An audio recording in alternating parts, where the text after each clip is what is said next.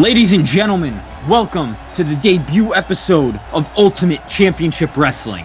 My name is John York, and I'm joined today by Joseph Collins and Rocco.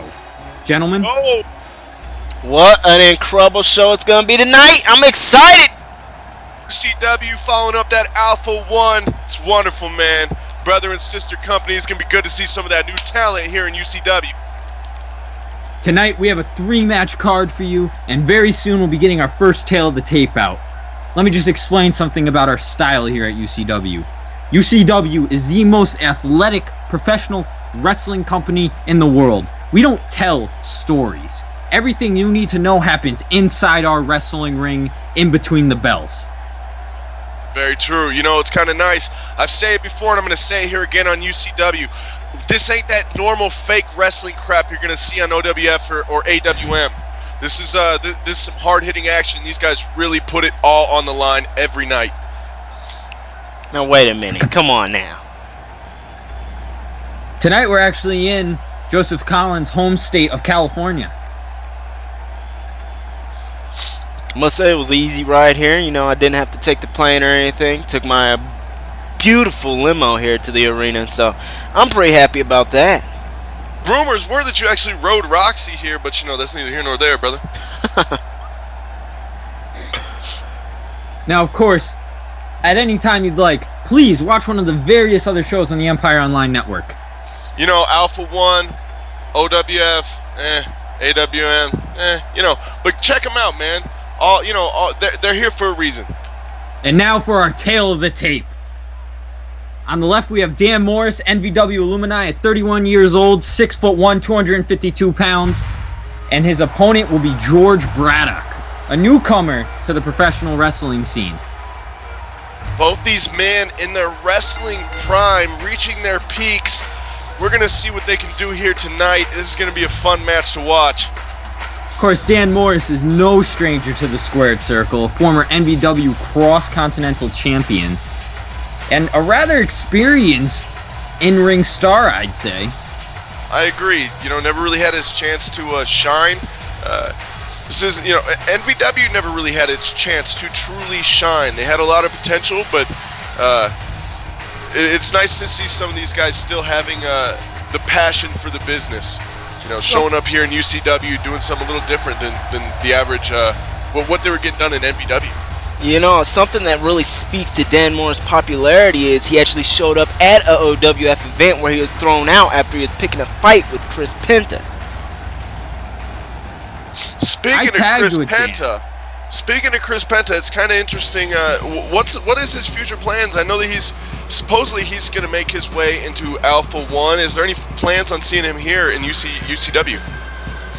Could be. I mean, he's not very. He is returning to OWF. He just recently made a return to OWF, but you know, he's been in Japan for a little bit doing stuff there. He's been really, what's the word I'm looking for? Expanding his popularity. He's been trying to expand his resume, as one would say. Any truth to those rumors, York? Are we going to see? I don't really Chris deal Penta? with management much. I can't really tell you. I can tell you what I do know, though. James Bradoock here, according to my notes, has spent extensive time in Japan, working for his Rising Sun Furuso. Wonderful. Honestly, this guy, I know about him. I know a little bit about this man. I love the pure wrestler. It's a whole different, totally style. But big time name here. I'm glad to see him getting that American push finally. And we're starting out with a nice lockup right here. Bradoock controlling it, pushing Morris into the corner. Nice move here.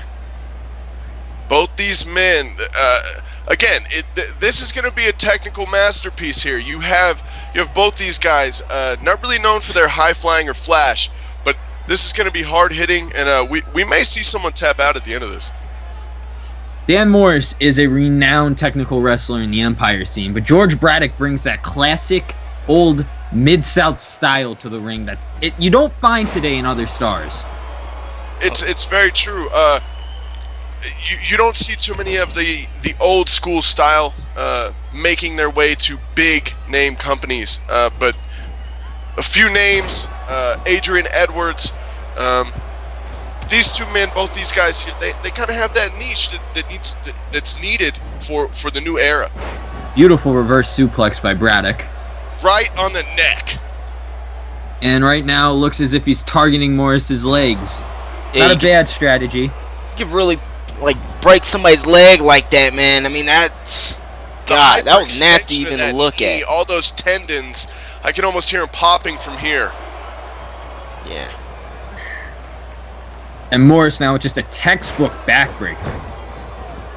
He's Vicious. He's got to be careful though doing backbreakers like that. He just got his knee pulled out like crazy. And these attacks to the back of the head. He man knocked him out. These are uncalled for. Personally, me being a purist, I don't see a reason to hit any man in the back of the head. But Dan Morris holding nothing back. Hey, the referee's not saying anything by it. Knock him the hell out. That's the point exactly. That right there. We might have judged these two men. That is that NVW style. You see, me and Dan coming up in the East Coast indie scene, we were taught if we wanted to win a match, you had to hurt your opponent.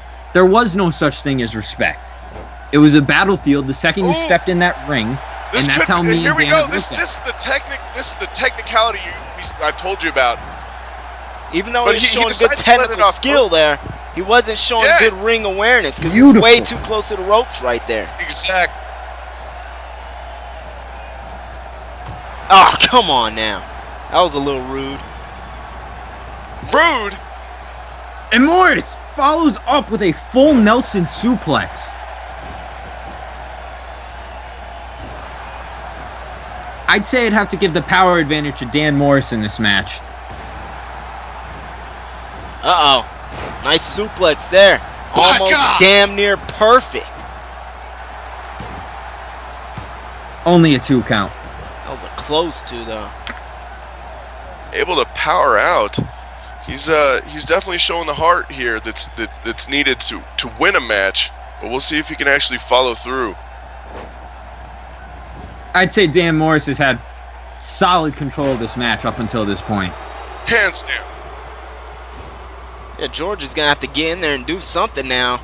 He doesn't want. I mean, come on. Dan Morris always has a reputation. And I mean, another suplex. Oh, come on. George got to pick up the pace right now. And the pace. This could simply be a case of the man in the better shape. I don't want to I don't want to hold any punches back. You can see it's a little pudgy around the waist. Yeah, his fat ass should have got ready for this show. I mean, come on. Dan Morris, in the meantime, I think he's looking better than he ever has. I've never seen such definition in those abs. Uh-oh. Absolutely perfect suplex. One of those throwbacks to the old Mr. Perfect. Rest in peace. And a beautiful German suplex. This might be it right here. No, it's not. I thought that was going to be it. This is what I'm talking about. He has no give up. He's not willing to quit. You truly have to beat this man into submission. What George Bradoock has to do is he has to get Morris off his feet. The second he gets him to the ground, he'll be in control. He's the bigger man, and he can control him in a classic wrestling style, I think. This could be the beginning of the turn. Beautiful! That spine buster, man. Dan might be done. If he can pull off this 3 count. Now another shoulder up, another kick out. He throws him off of him. He's not going to get him with just that. He's going to have to do a lot more than that. Come on, man.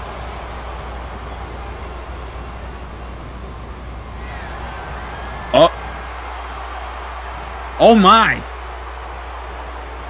George swinging Dan Morris around like a molly-go-round right now.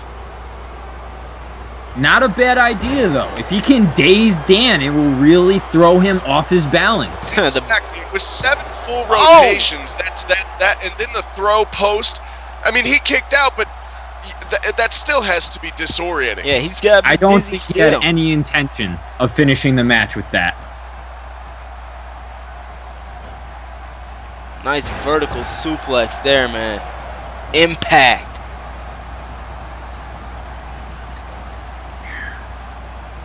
Capacity Real crowd. traditional Impact wrestling. I didn't like that move Dan Morris did. That looked like a low blow to me. I think the referee needs to step in. I would give George a win right now. I mean, that's just a personal opinion of mine. I'm just saying. Still in control, though. It really didn't seem to take too much toll on the match itself. So maybe it was wise of the ref to let things roll. Oh.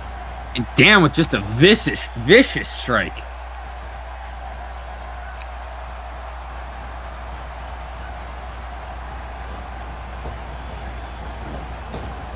There it is again. Come Rock, on, that George. technical skill.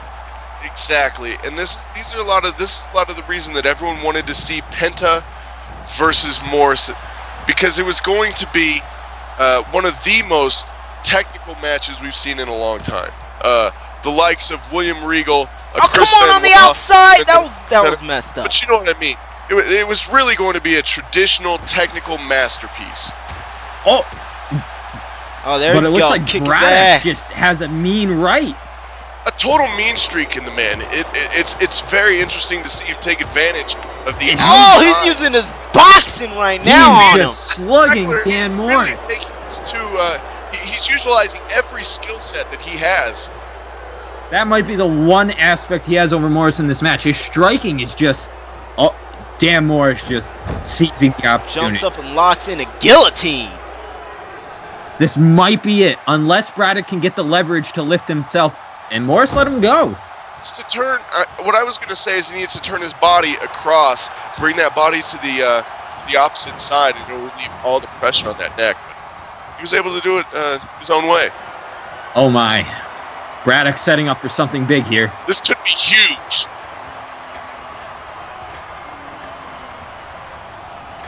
And a back suplex off the top. This might be it. I don't think Morris can take much more after a shot like that. We'll see if he can make this pin. Braddock's, though, just waiting. Oh, and a brutal headbutt. Vicious series.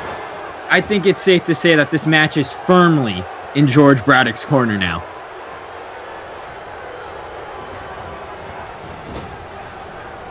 Dan Morris needs to pull something out here. Just in an alley-oop bomb.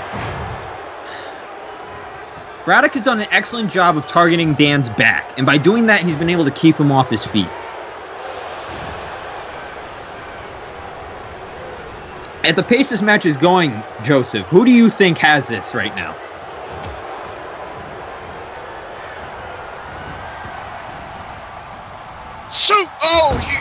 There it is, the reversal from Braddock.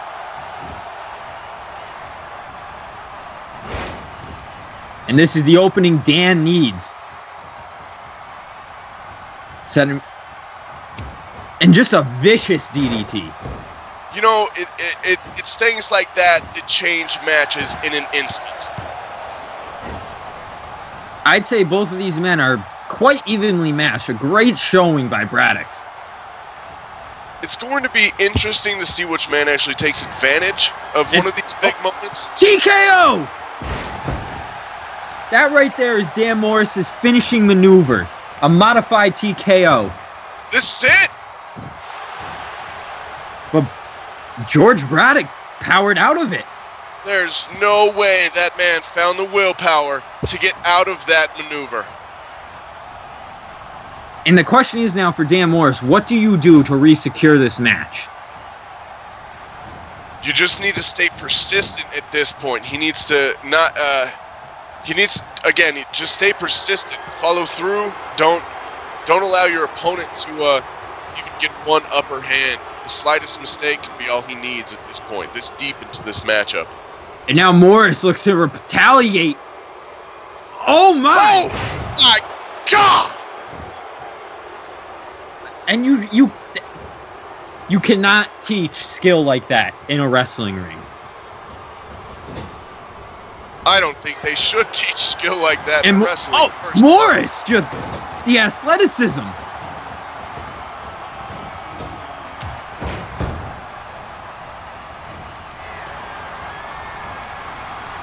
I think this might be the end for Braddock.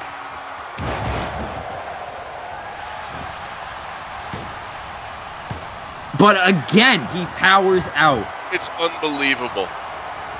Do you think his size might be the factor? I don't think it's his size. I think it's the size of his heart. Oh, Dan's got him up again. It's over. It's got to be over. If he just needs to get him away from these ropes. Excellent. Dan Morris picks up the first win in UCW. And what does that say about Dan Morris? That says a lot of things. Obviously, he's been on a tear since his NVW run. Obviously, he's stepped up his game since his NVW run. So it's going to be nice to see this man follow through on his career here in UCW. Question is, though, does he have what it takes to cut it at the top of the card? Absolutely. Another question here is, what will become of George Bradoock? He's proved that he can hang with a fairly experienced wrestler. Too early to call at this point. One match in, he really, really does need to shine, though. This was the first impression, and first impressions are lasting. I just say a solid performance from Dan Morris, so at least 75% of the match was in his control. Very good showing here tonight. It's going to be interesting to see the rest of this UCW card as it unfolds, especially if these wrestlers can keep up this pace.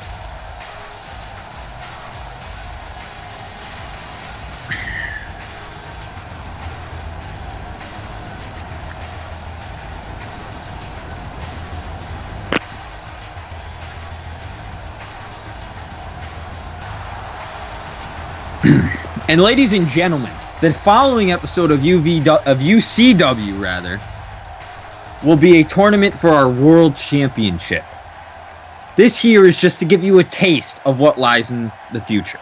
And as you can tell, this is going to be one of the best wrestling events you're going to witness anywhere in the world. Truly, you need to stay tuned and continue to watch the UCW product. And coming out now is a new signing, a rather experienced wrestler from Tijuana, Mexico. His name is Cesar Cruz. And the crowd in California not taking kindly to Cesar.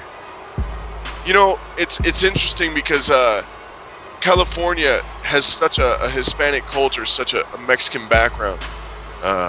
There's so much brown pride here. You think that he would be one of the favorites, but truly despised by everyone around the world. No matter where he touches down, this man has no fans. Hey, this might be just a rumor, but I've heard some things from a few people that, he came to this state legally, he was born in America, and he completely supports Trump. That I might have to get a backup source on that.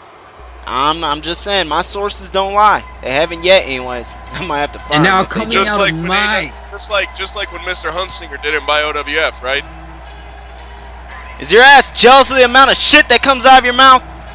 Hey man, I'm just saying, brother. You don't want to, after Alpha 1, man, we have a little bit of heat, I believe. All that trash talk, I sure shut you up then, didn't I? Get back to UCW. Coming down right now is a rookie from my neck of the woods. Goes by the name Bronx Yonkers. A striker, from what I can gather. He hasn't really gathered much fame. He was picked up by a UCW scout down in Syracuse. And other than that, I'm not really sure about what he's about. I personally just don't like this guy already. I mean, if he's a rookie, why is he spending all his money on all this pyro? I mean, come on. Of course. Of course. Save your money, kid, because you might not make any more after Cesar destroys you tonight. And don't put it all into Hips Chips, because he's a no bet, no show. This guy.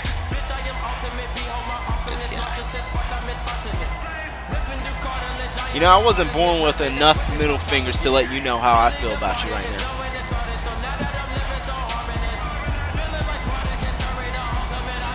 Bronx Yonkers, UCW. I'm going to predict this man, he's going to be a future champion here. And when he does, Hip can eat those words. My money's on Cesar tonight. And the two men meet in the middle of the ring with a lockup. Yonkers taking control. Rumor mills are spinning that Bronx Yonkers is actually a relative of former NVW owner John Yonkers. Huh, he might be related. Perhaps that's what landed him this job here in UCW. Again, not much is known about the young man. That's probably why I don't like the guy. Nice bag toss there by Cesar. We'll see Cesar if we Cruz. capitalize here. Cesar Cruz has been trained in not only traditional technical wrestling, but he is also trained in the art of lucha libre. Nasty backbreaker right there. Right now he's wrestling very technical. I mean, like I know in Mexico, lucha libre style, they do a lot of high flying. Right now it looks like he's trying to throw Bronx off his... There's a lot of technicality as well, also in the lucha libre style. You see it in things like the Mexican surfboard. Brutal! There's a lot of submission attempts, at least, in the lucha libre style. He's going to have to do more than that to Cesar. This isn't boxing. This is wrestling. Ooh, those brutal elbows to the back of the head. Cesar just replying with his own strikes. I don't know. I feel takeover. This right here. This is what I'm saying. This kid has talent. I've seen it. I was part of kind of the talent scouting group that went out and found this young man. Come on.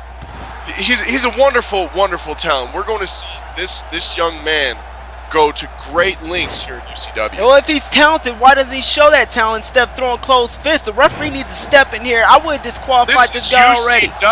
This isn't OWF. Hey, closed fists should be illegal in wrestling. That's all I'm saying. They aren't though. Just like earlier in the night. Remember? No, Ref didn't see it. Come on. Right now we're talking about the present. We're not talking about the past. Exactly. And right now Cesar Cruz is taking control of this matchup. Damn straight. And that's that senior experience. Cesar Cruz is 6 years the senior of Bronx Yonkers. He's going to have that edge on him. And Yonkers again with the strikes. Followed by a nice DDT. I think he used it a little bit early. If he would have waited, maybe he could have ended the match there. This is the inexperience here. He's not even going for a cover at all. He goes for a cover after an elbow. It might have been too much time. I would understand your logic if nothing he was doing wasn't being put to use. You know, everything he's doing is following through.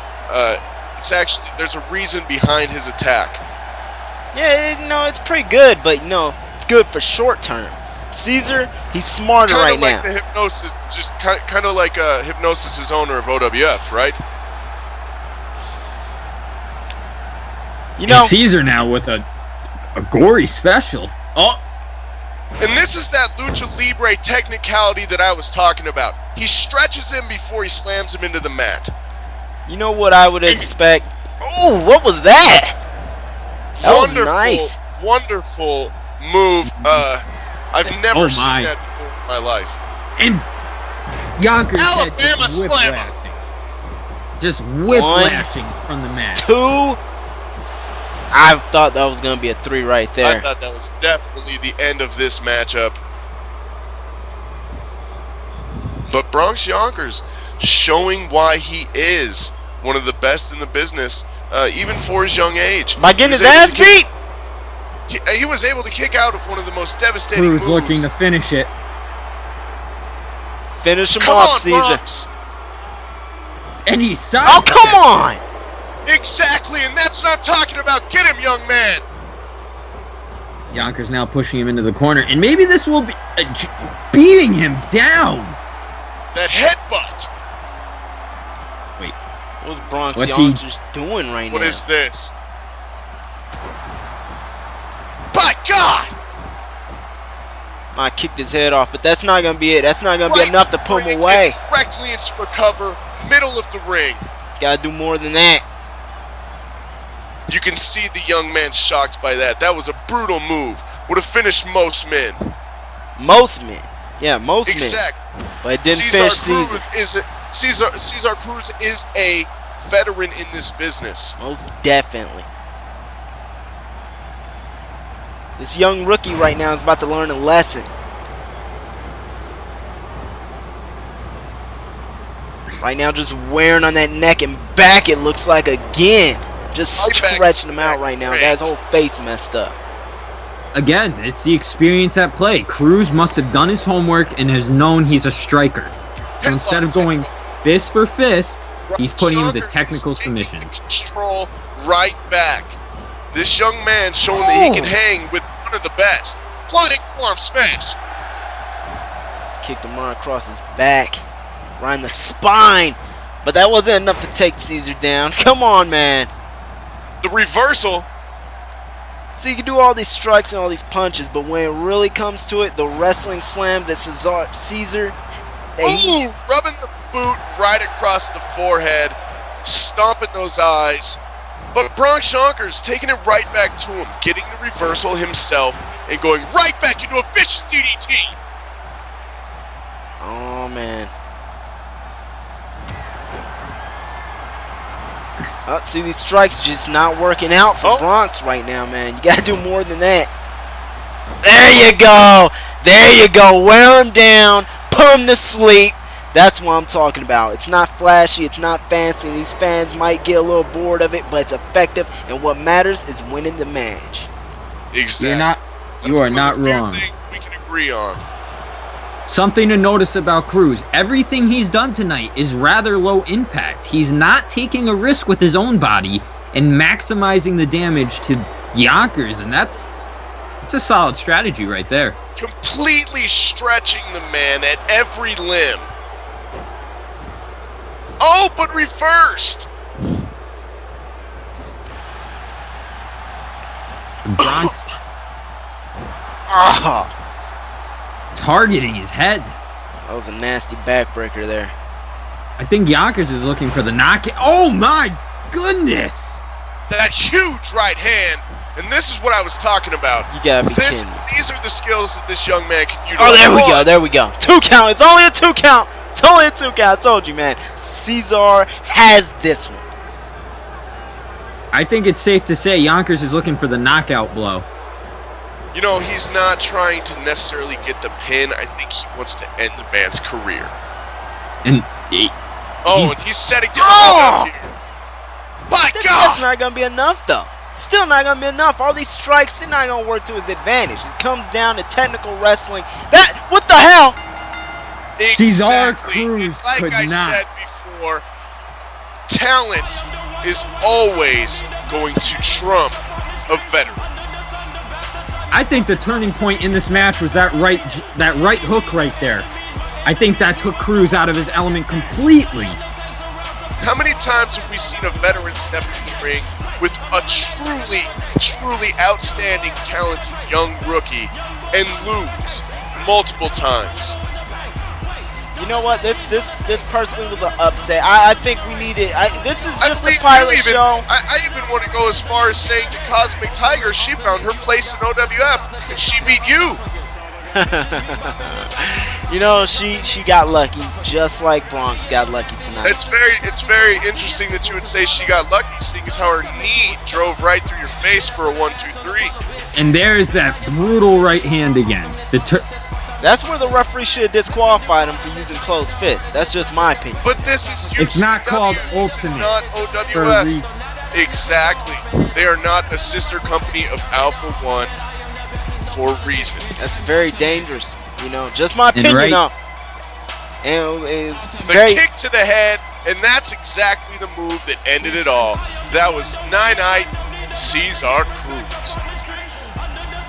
A solid showing by Cruz, though. He was in control of the match, but I think he became just a little too cocky with his abilities.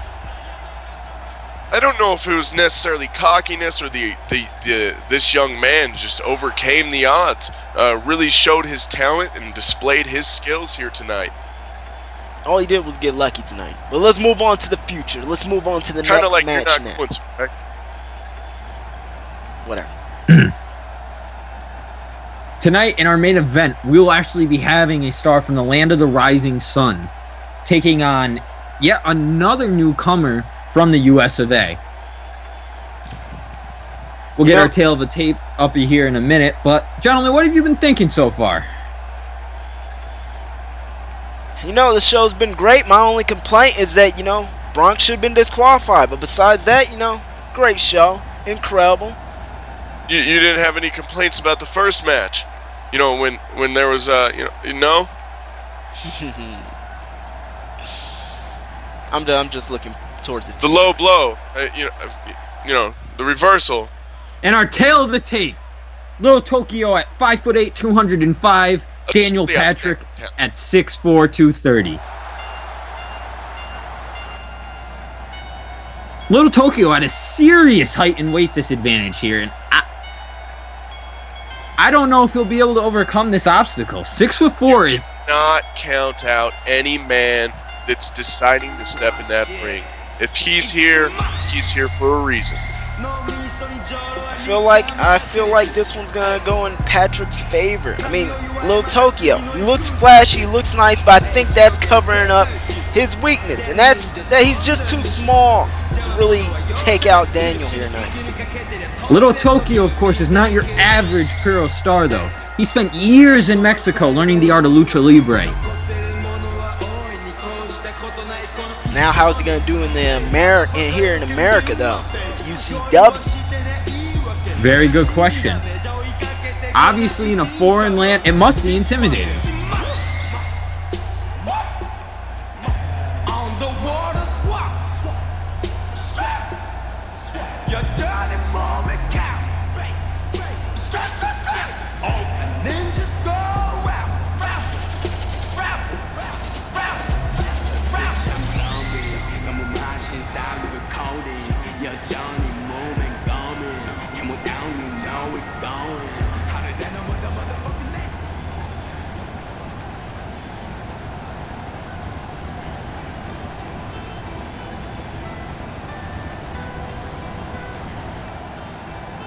And here comes Daniel Patrick. I believe this is the newest signing in UCW, correct? You would be right in that statement. He was signed 1 week ago to the day. Very interesting to see him make his debut on the debut episode of UCW. From what I've been able to gather from my notes, he is a submission mastermind. His preferred weapon of choice is an armbar. That's good. I really hope he breaks Little Tokyo's arm tonight. But you don't want to see someone with a closed fist. No, I mean that's just disrespectful. But you would rather see someone with a broke arm. Hey, that's a wrestling hold. He should tap. You know, if he doesn't tap before it snaps, you know what? Maybe next problem. time, next time in Alpha 1, I won't stop on that Kimura. Maybe next time you won't have to tap out. I'll do it for you. Hey, I wasn't tapping out. All right, the referee misunderstood. Just rubbing the booty. Here we go, getting things started between two of these amazing superstars here in UCW.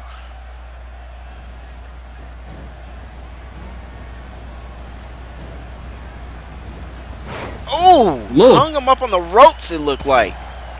That could have broke a neck. Smart move by Tokyo. Utilizing everything he can as a weapon. You know, the ropes are legal. You know, Rick Martel's career actually was ended because the ropes. You think of all the dangerous moves that happen, you think just being whipped into the ropes would be the least of your worries. And Little Tokyo here trying to keep Patrick grounded. Truly taking advantage of this matchup. A lot of people seem to count out Little Tokyo. Well, at 5'8", it's understandable. He has a considerable disadvantage in height and reach. But we've seen guys like a Daniel Bryan do really well in the wrestling industry for a smaller man. Or even a Rey Mysterio. True, but take that same star and put them in an unfamiliar territory, and it could mean all the difference. And that's kind of what happened, though, if you think about it. They went from one place to another and still thrived. I wouldn't say exactly thrived. I mean, let's look at Daniel Bryan. His career was ended by bigger men, by Sheamus possibly, and by Kane. Can you disagree that both men are not household names within the wrestling industry? Oh, definitely. But who's still surviving right now? That's what matters. Suplex into the corner. That's the hardest part of the ring right there. Great environmental offense by Dan Patrick. These stomps to the lower back, that's the same spot that made impact on those turnbuckles. Ooh, slaps the grip right away. And this is that technical wrestling you were speaking about earlier.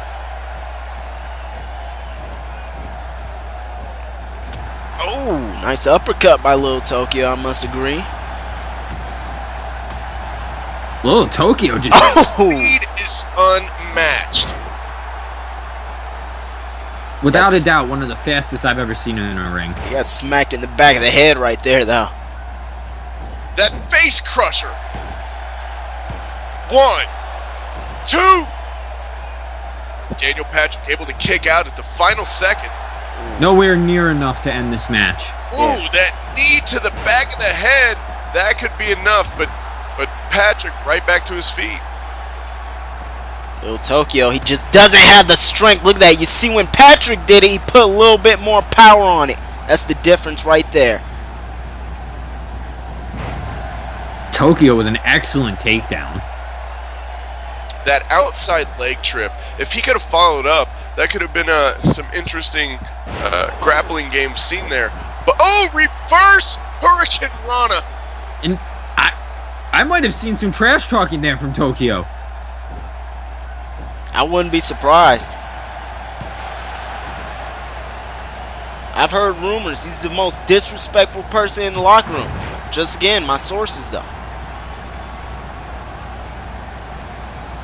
Are these the same sources that write Empire dirt sheets?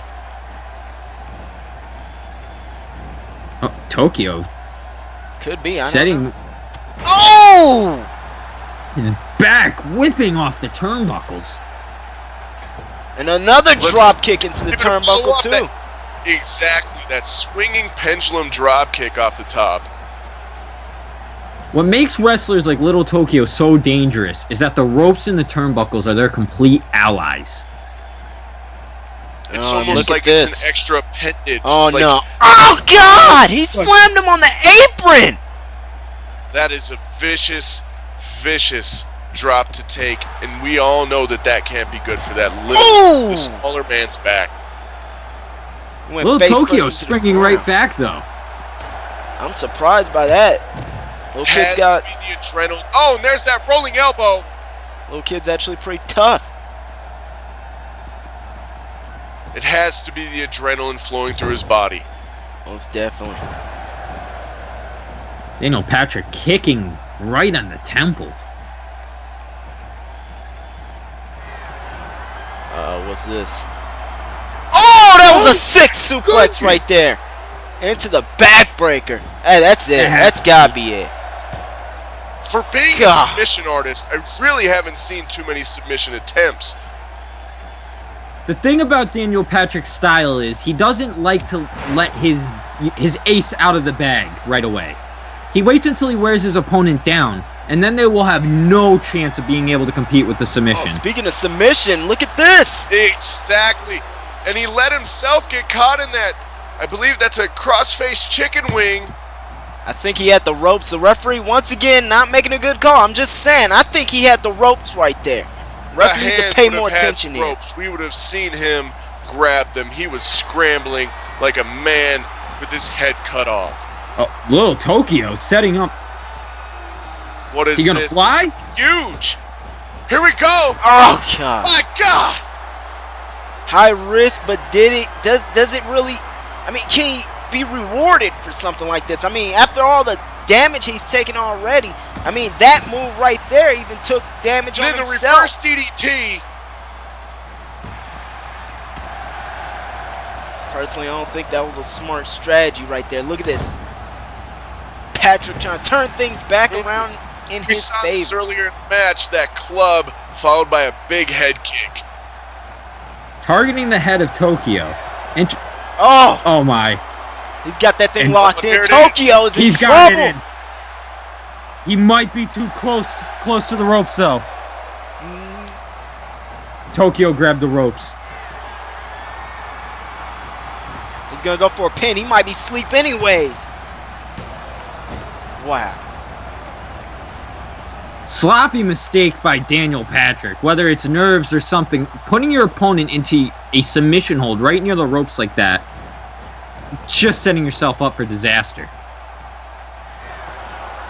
That was bad ring awareness on Patrick's part, but still got the upper advantage right now, or at least did. Little Tokyo. Drop kick off the top. Another drop kick for the third time. And that might be it. Nope, not gonna be it just yet.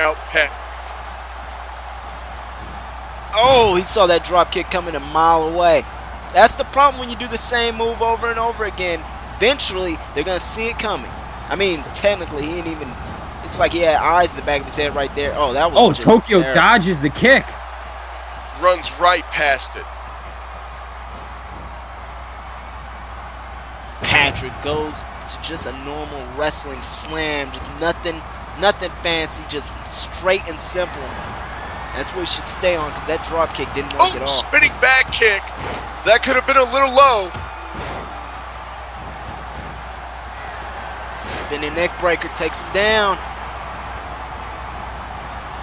Tokyo's in solid control right now. A little Tokyo going back to this crossface again right in the middle of the ring, but this isn't going to be like this. That's exactly where you need it. He goes straight for the cover afterwards. Not going to be it, though. Little Tokyo didn't hold that move in long enough to try to put him to sleep if that was what his goal was. Try to take him off his game for that pinfall. Oh! Little Tokyo ready to end it. If he can hit this move off the top.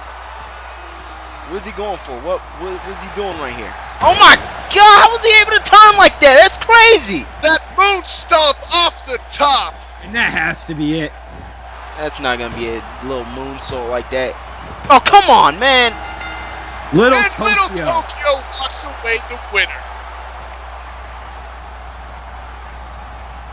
Daniel Patrick putting on a hell of a showing tonight, but I think he might have underestimated his opponent just a little too much. That beautiful, I don't even know what to call that. Just toss him in there with that suplex and land right on him with that neck breaker. It should have been over right here with that sleeper hold. I'm surprised that it wasn't the end of the match right there.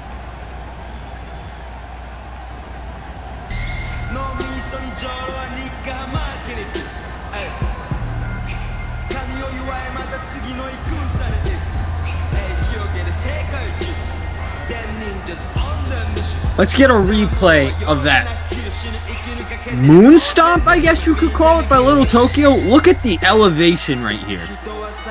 You see him, he was trying to think about how he was going to hit it at that angle, and he actually did it. I'm surprised. I'm surprised he got the victory. That was a brutal roll at the end of it, and I don't think he wanted to completely roll on top of the man's head. His goal is not to end someone's career. The beauty to that move is he brings all his weight down on the stomach, completely knocking the air out of his opponent. I gotta admit, it's hard to recover from a move like that. I gotta admit, I was very impressed with Little Tokyo tonight. That was actually an impressive win. Well, ladies and gentlemen, thank you for joining us for the first episode of UCW. I hope you enjoyed it.